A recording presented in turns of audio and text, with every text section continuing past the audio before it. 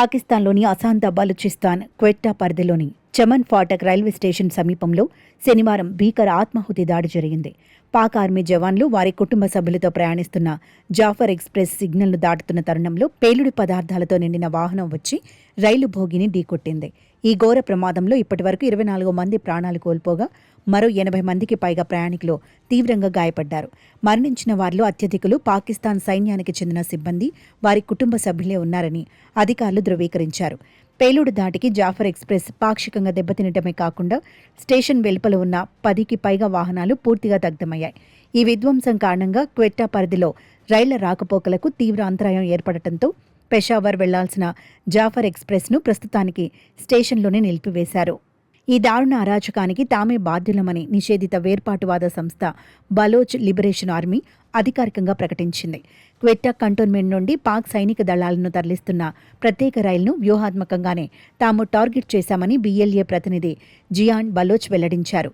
ఈ దాడి అనంతరం బలోచ్ ఆర్మీ మహిళా కమాండర్ షైనాజ్ బలోచ్ వీడియో విడుదల చేస్తూ పాక్ పాలకులు తమ హక్కులను దారుణంగా అణిచివేస్తున్నారని ఆరోపించారు. తమ మాతృభూమి విముక్తి కోసం ప్రతి బలోచ్ బిడ్డ ప్రాణత్యాగానికైనా సిద్ధంగా ఉన్నాడని ఆమె ఈ సందర్భంగా హెచ్చరించారు. ఈ ప్రకటన ద్వారా బలోచ్ తిరుగుబాటుదారులలో ఆత్మాహుతి దళాలు, మహిళా ఉగ్రవాదుల భాగస్వామ్యం మరింత పెరిగిందని స్పష్టమవుతోంది.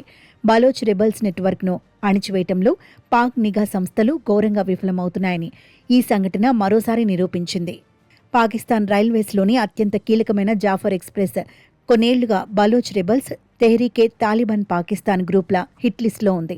క్వెట్టా నగరం నుండి పంజాబ్ ప్రాంతానికి సైనిక దళాలను తరలించడానికి పాక్ ఆర్మీ ఎక్కువగా ఈ రైలునే వాడుతుండటంతో ఇది ప్రధాన లక్ష్యంగా మారింది. గతంలో 2018లో పంజాబ్ వెళుతున్న ఈ రైలు మార్గంలో రెబల్స్ రిమోట్ కంట్రోల్ బాంబుతో దాడి చేయగా నాడు త్రుటిలో ప్రమాదం తప్పింది. ఆ తర్వాత 2023 జనవరి, ఫిబ్రవరి నెలల్లో జరిగిన వేరువేరు బాంబు పేలుళ్లలో పలువురు ప్రయాణికులు గాయపడగా ఒకరు మరణించారు. భద్రతా వైఫల్యాల పరాకాష్ఠగా 2024లో క్వెట్టా రైల్వే స్టేషన్లోనే జరిగిన భారీ పేలుళ్లో 26 మంది ప్రాణాలు కోల్పారు. ఇక 2025లో బోలన్ జిల్లాలో ఉగ్రవాదులు ఈ రైలును హైజాక్ చేయగా భద్రతా దళాలు వందలాది మందిని బందీల నుంచి రక్షించాల్సి వచ్చింది.